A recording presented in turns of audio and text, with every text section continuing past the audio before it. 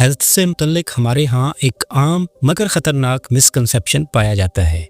वो ये कि अगर पाखाने के साथ बलाडा है या मकद में दर्द हो रहा हो तो हम फ़ौरन यही समझ लेते हैं कि ये बवासीर है।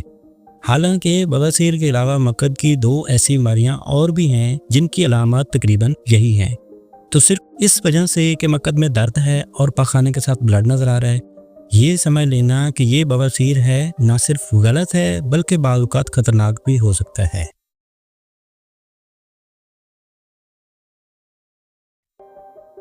बवासीर के अलावा मकद की 2 और बीमारियां कौन सी हैं और इन सब में क्या बुनियादी फ़र्क है, इस पर बात करने से पहले ये जान लेते हैं कि हम में ये गलतफहमी पैदा क्यों होती है। तो इसकी 3 बड़ी वजूहात हैं। एक तो बवासीर है इतनी आम बीमारी कि हर कोई इसका नाम जानता है। दूसरा, मकद से मुतल्लिक मसाइल पर लोग खुलकर बात करने से कतराते हैं।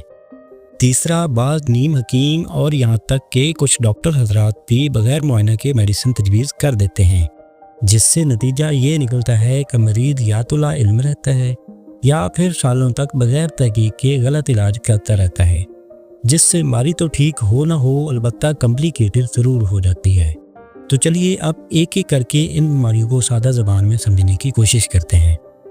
पहले बात कर लेते हैं बवासीर पर। मकद में कुछ कुदरती रगें यानी कि वेन्स होती हैं जो कि पाखाना के कंट्रोल में मदद देती हैं। जब इन रगों पर दबाव बढ़ता है तो ये रगें फूल कर बाहर आ जाती हैं। ये दबाव कब्ज़ से, मोटापे से, हमल से या फिर ज़्यादा देर टॉयलेट पर बैठने से हो सकता है। इसी कैफियत को बवासीर का नाम दिया गया है। दूसरी बीमारी है एनल फिशर। ये मकद की जिल्द में एक छोटा सा कट होता है, बिल्कुल ऐसे जैसे होंठ पर जख्म हो जाए।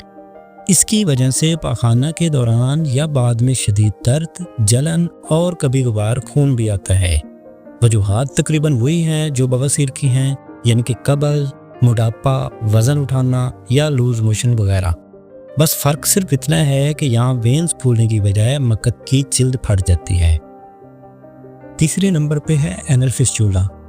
ये मकद के अंदर से लेके बाहर तक एक गैर फितरी रास्ता होता है जिससे अमूमन पीप, ब्लड या पानी वगैरह खारिज होता है। एनल फिस्टुला आम तौर पर पुराने फोड़े या किसी इन्फेक्शन की वजह से बनता है। ये बाज़ औक़ात बवासीर के इन्फेक्शन से भी बन सकता है, ख़ास तौर पर अगर बवासीर का टाइम पर इलाज ना करवाया जाए। यहाँ से ये नतीजा अख़ज़ होता है कि अलामात तो इन तीनों बीमारियों की तकरीबन सेम हैं, लेकिन ये बीमारियाँ हैं एक दूसरे से इंतहाई मुख्तलिफ, और अगर इनके इलाज की बात की जाए तो वो भी बिल्कुल मुख्तलिफ है। इसलिए अगर आप या आपके किसी अजीज़ को भी मकद में दर्द हो, जलन हो या खून आने की शिकायत हो तो खुद से तशख़ीस करके अपनी बीमारी को कम्प्लिकेटेड मत बनाएं। ये सिर्फ बवासीर नहीं बल्कि एनल फिशर या फिस्टुला भी हो सकता है। इसलिए अपनी बीमारी से मुतल्लिक हमेशा किसी माहिर डॉक्टर से मशवरा ज़रूर करें।